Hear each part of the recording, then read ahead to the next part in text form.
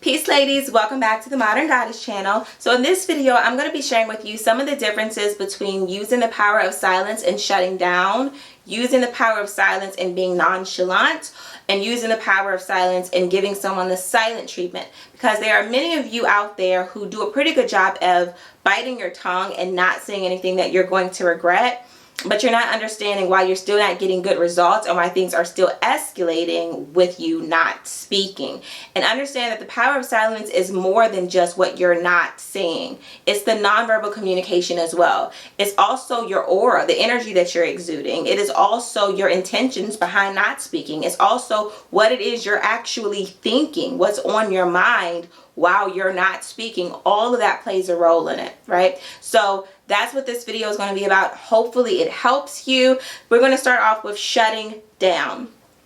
Now, many people believe that when a person shuts down, that means that they are just completely insensitive, that they don't feel anything, that they're just completely cold, that they're numb to the situation at that point.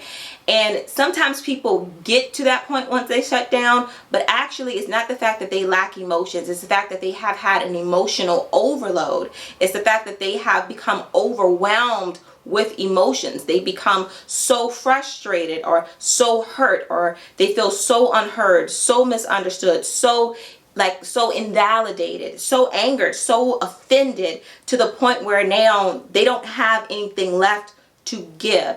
And so especially when they're unable to express how they feel effectively, or they're unable to vent or have that outlet that they need, but they're getting a lot coming in. It's a lot just being poured in. They're hearing somebody else vent, somebody else rant, somebody else lecture. They've reached channel capacity. It's been too many emotions at that point, and so they just kind of just shut down. They've guarded themselves. They have put up some type of shield to protect themselves. Even if they're not necessarily in harm, they feel like they have to defend themselves. That's a go-to defense mechanism for a lot of people once they become overly emotional, to shut down. Now, when a person shuts down, also they stop receiving what it is their partner is expressing. So your partner could be saying 2,000 words a minute. You're only going to hear the things that trigger you at that point, and you're only going to be really hearing your own thoughts, right? So you tend to kind of focus on all of the negative at that point once you shut down, and your body language shows it. So you might be just thinking, I am so tired of hearing him talk. I want this conversation to be over. I'm ready to break up with him. Look at his dumb face. Or you're just saying all of these negative things. That's what you're hearing. And then every once in a while, you hear the things that offend you that he's saying. You hear the things that are incorrect, right? So you kind of pinpoint all of the negative. You're hearing, you're thinking negative here, you're hearing negative here, and so that's it. That's what happens when you're shutting down. There is going to be no love coming from you at all at that point. There's going to be no real respect or understanding, or no signs of concern coming from you at all. Your body language is going to show that you're frustrated. Your body language is going to show that you're guarded. Your body language is going to show that you don't care. Because usually when a person shuts down, their body language looks something like this.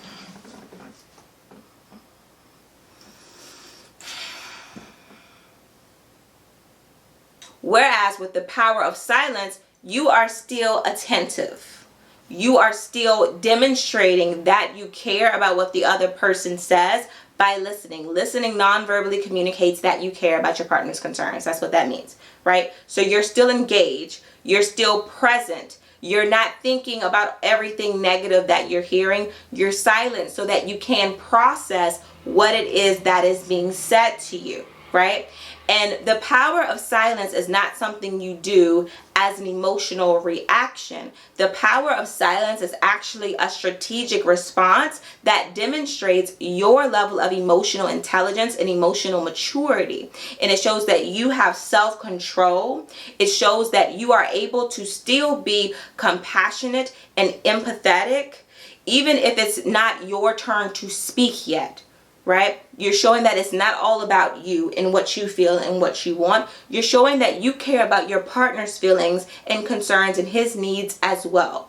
That's what you're doing when you're using the power of silence. And again, almost all of that goes into your body language and your facial expression. You're showing that you have the ability to not become defensive and to continue the conversation despite the fact that you have not yet been able to express yourself.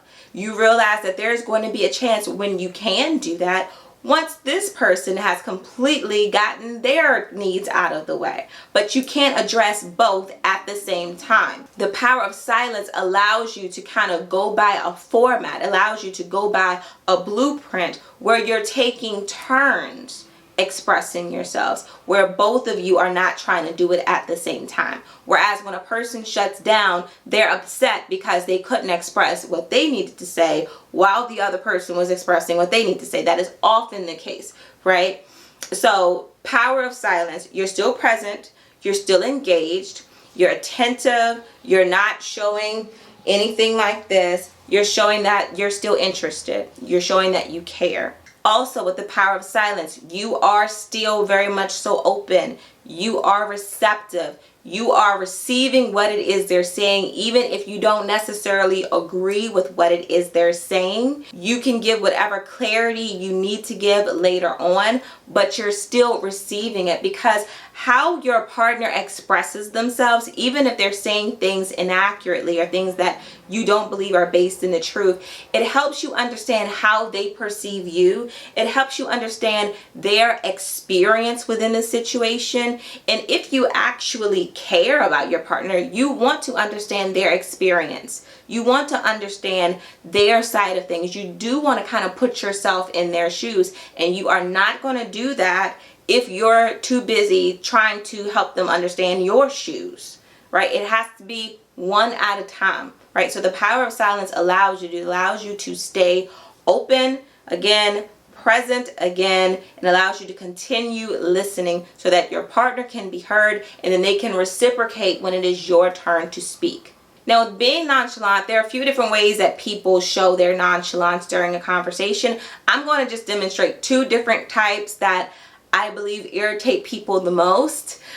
One is when there's just no enthusiasm. So you may actually be responding. You may actually say a few words here and there, but you're not really stating what it is you understand or anything like that. You're not trying to paraphrase. It's very minimal effort, and it sounds something like this.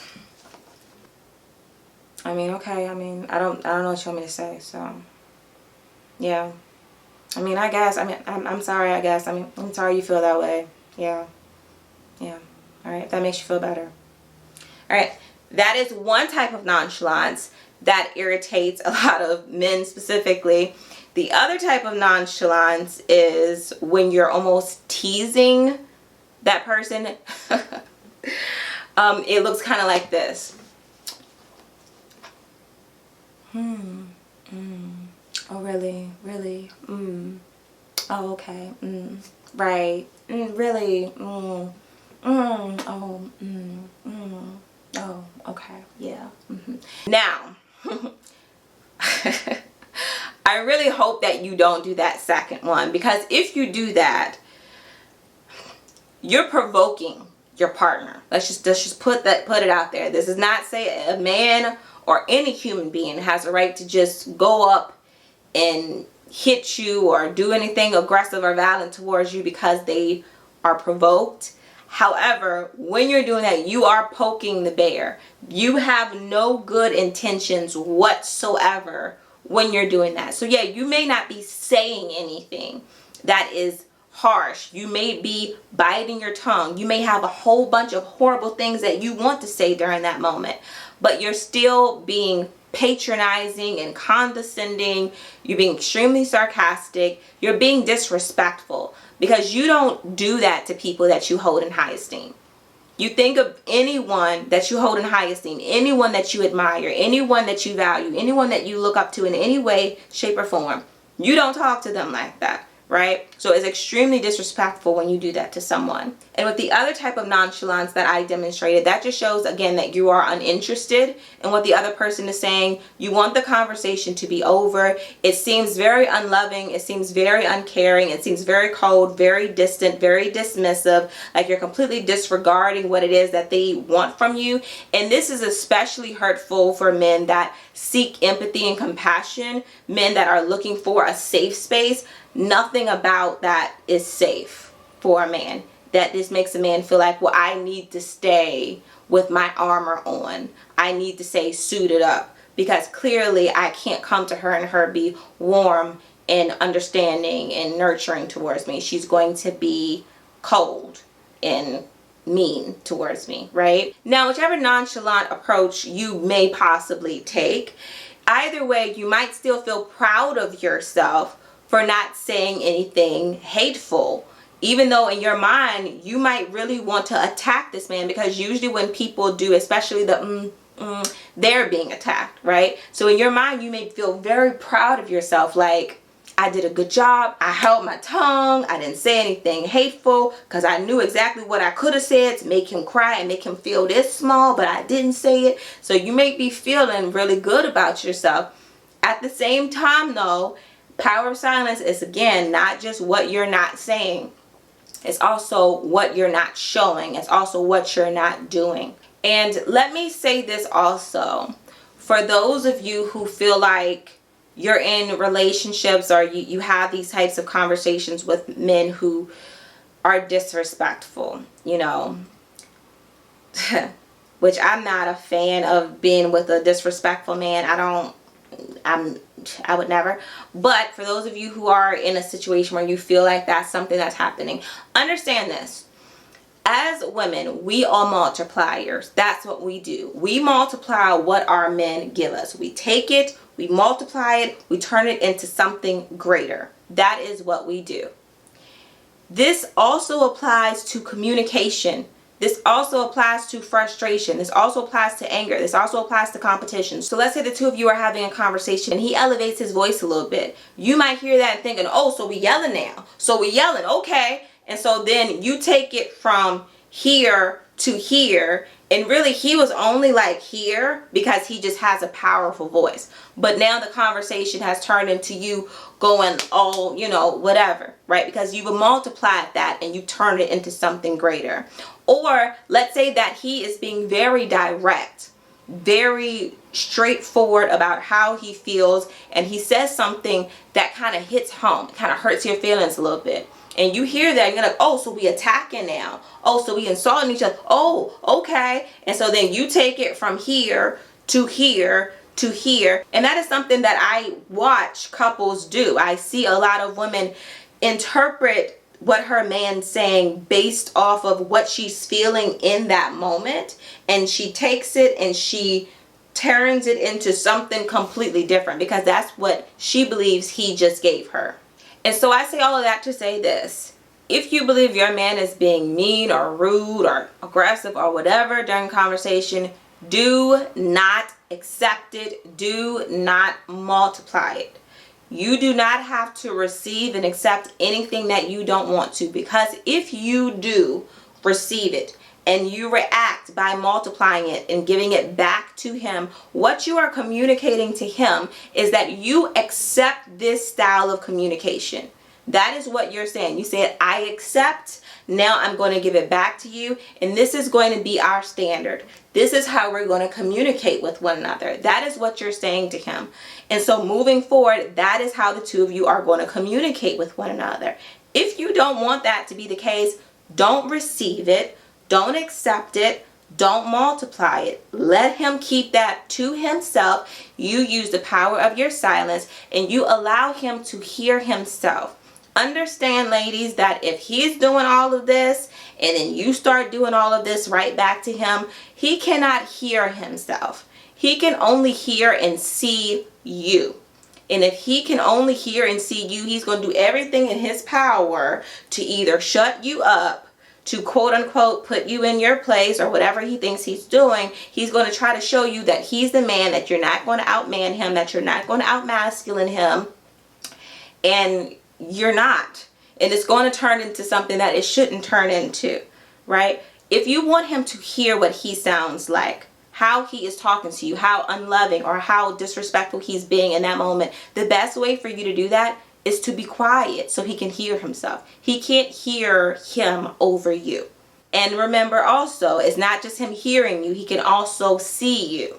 And so if while he is listening to himself, you're looking at him with disgust or with frustration or anger or any of that other stuff, or just a whole bunch of attitude, he's still responding to that. You understand? It's very hard for a man to keep giving that to someone who is present, who is still there, who is listening, who is not arguing, who is not combative, who is not doing any of that. And then when it is your turn to speak as well, you can absolutely go ahead and end that conversation. Just let them know, like, well, this conversation is not effective, it's not conducive right now.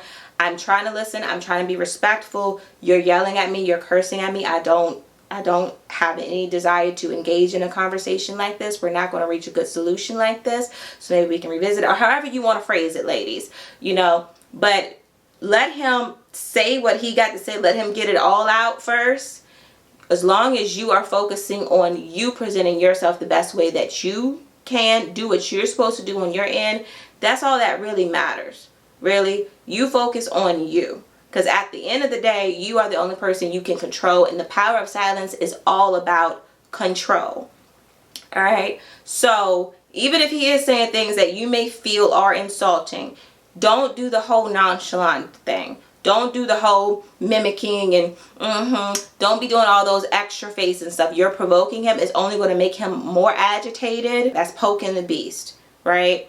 And as far as the whole cold and okay type of thing, then a man is probably going to do what he can do to try to get a reaction out of you.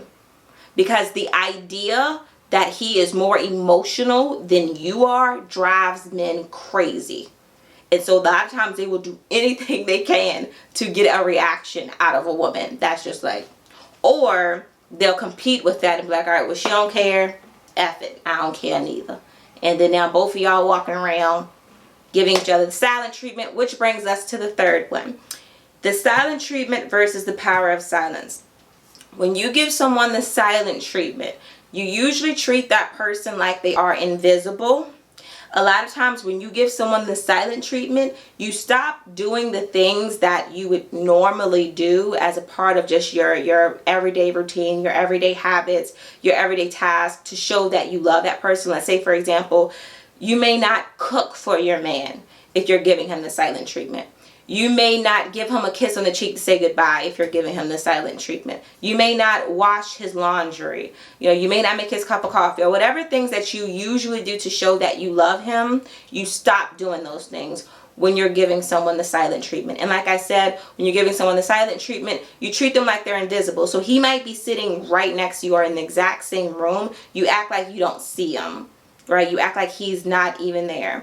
Also, when you give someone the silent treatment, sometimes people become a little petty. So let's say you might play a song that you know is going to irritate him. Let's say you might be playing "So I Creep," yeah, just to be petty, right? Or you may try to show him that he's missing out on something. So let's say you're on the phone with your girlfriends or something, and now you're laughing like 10 times louder than you've ever laughed in life, trying to make him jealous or trying to make him feel some type of way when your friends have never been that funny, right? So doing petty stuff like that, the intention is to get on his nerves. The intention is to show him that you're not missing his presence. That's the intention behind that. All of that is petty. All of that is childish. So you don't need to do the silent treatment. The power of silence is where you can still be in this person's presence if you choose to be in this person's presence, and I'll get to that in a second. But if you choose to still be in this person's presence, you are still doing the things that you would normally do. You're just not speaking. And this is the loudest way to express your pain and your hurt. The loudest way. So let's say, for example, you still cook for him, you still give him his plate, but you don't speak. You don't say anything at all. He might say, "Thank you, this tastes delicious." "You're welcome." and you're still eating. You're not being childish. You're not being petty. If you usually greet him at the door, you're still greeting him at the door with a kiss or a hug. You're just not speaking. You're not engaging in conversation. You're not initiating a lot of conversation. And what this does is it starts to show your man what your absence feels like. Right? A lot of times people don't always value your presence as much until they experience your absence. And so you might still be doing certain things for him, but he's not getting that lighthearted, positive person that he usually gets. If he's not getting those deep conversations that he usually gets, if he's not getting that encouragement that he usually gets, if he's not getting that outlet that he usually gets at the end of the day, where he's just talking about his day and you're exchanging ideas or you're brainstorming or if he's not getting that, right? A lot of times that will make a lot of men stop and process and reconsider, really think about what it is they did and self-correct, and they'll come to you. And that's another thing about using the power of silence. It allows a man to pursue you as things should be. I know this generation is a little different, but it allows him to pursue you after he has thought about what it is he may need to do differently. Now, if he feels like it's still something you need to do differently, he's still going to say that. Trust, he's still going to mention it. But it still gives him the space and time to really process things and to fully assess the situation. Again, if he's more focused on the petty things you're doing, it kind of justifies him not talking to you. It kind of justifies him feeling like he's right in the way that he treated you. But when he's like, man, like she still cooking for me and she's still giving my hug and she's still doing this, man, I feel bad for doing that to her. Let me go and talk to her. Let me apologize. And that's usually how it works. That's the power of silence. And of course, there's more to it than that. But I really want ladies to understand that the petty approach, the poking the bear approach, the nonchalance, the sarcasm, the shutting down, that is not going to help you at all. You're going to keep having those same conversations over and over and over again. Things are going to become cyclical, where you're just going to keep having the same type of conflicts because nothing is being resolved. It allows you to have a complete dialogue where you're both heard, you're both understood, both of your needs are being met. But none of that is happening if you're both trying to talk at the same time. If you're more focused on getting your needs met than you are with submitting to the other person's needs. That is just not how a healthy relationship works. So hopefully this is helpful. Try to recognize, ladies, when you are shutting down, when you're being nonchalant, when you're giving the silent treatment, as opposed to when you are using the power of silence. Okay? Peace and much love.